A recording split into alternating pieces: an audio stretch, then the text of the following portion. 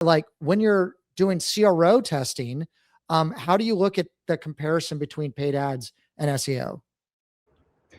Yeah, great question. I mean, I think that what we try to promote is they really all work symmetrically together, Yeah. right? I mean, the idea is that you want to drive traffic to the website and you ultimately want that traffic to convert. And so obviously SEO and AI visibility is going to help get that qualified traffic into the website. Paid ads are going to get that traffic into the website. And then once they're on that website, what is that optimal user experience that gets them to convert? And so we're trying to make sure that kind of all of those things converge in a way. And I do think that we're going to see kind of a wave of predictive analysis hit us. If this year is the year of the agents, I mean, maybe next year is the year of predictive analysis. I don't know. Who knows? It's fun. Totally. And so I could really see a world in which we're seeing more predictive analysis with paid ads and the propensity for a paid ad to be successful. I could see that with SEO as well. I could see, a lot of these AI visibility tools now are providing recommendations as to specifically like, this is all the things that we found. This is how we cited it. Here's what to go do about it. Mm-hmm. And it would be interesting to see some predictive modeling go into some of those tools to sort of stack rank that stuff, right? Rather than, I want to use the word arbitrary. I don't think it's being recommended arbitrarily, but really like, is there some sort of algorithm or methodology to what's being suggested and the likelihood it has of being successful relative to that suggestion, right? And getting back to what you're talking about with some of the simulation stuff.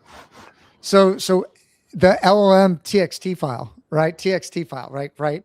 Like there's a big debate on whether or not that's useful. None of the models have said that they look at it, but there's probably a high likelihood they do.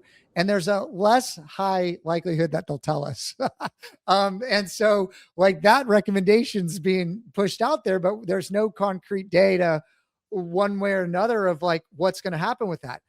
One of the things I think that's real tangible that I feel like is important from a CRO standpoint, right? So people talk about SEO, but when I have companies approach from a lead gen standpoint from an SEO, they're not asking for rankings. They're asking for leads. They're asking for new business.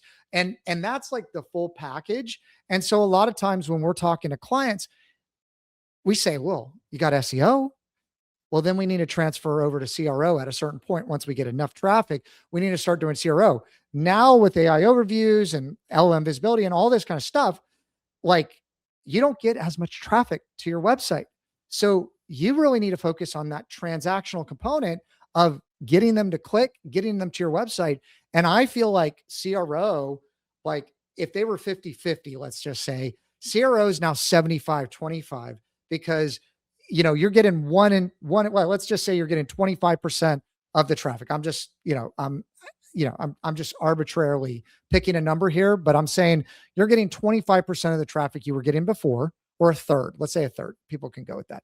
You're getting a third of the traffic you were getting before.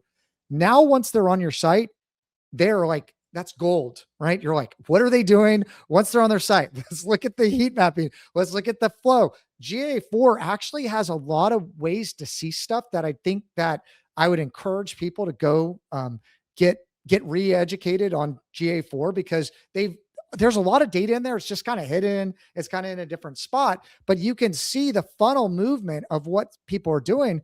But it's all CRO. It's like, we got this person here. They're probably ready to buy. They've came through a transactional click. Okay. Now they're going to buy here or they're in the comparison phase. Like we got to capture them now. And, there's tools that help you get some additional insights. But I feel like a lot of websites we've been seeing recently and a lot of clients that come to us, CRO is not what they're asking for. It's not what's on their radar. And it's probably the most important thing that they should be doing. Yeah, absolutely. I mean, we've been preaching that for years, even before AI was a thing, right? If you looked at the studies, it was like, this is one of the highest ROI things that you can be doing.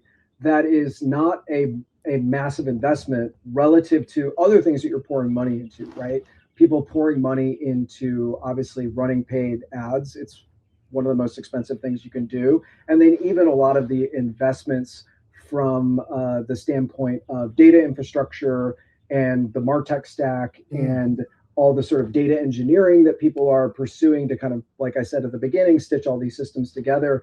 And you look at all of those investments relative to what people are actually investing in conversion rate optimization. And it's like, the CRO optimization piece is minuscule compared to that. And it's like, yeah, but this is like one of the highest leverage things that you could be doing.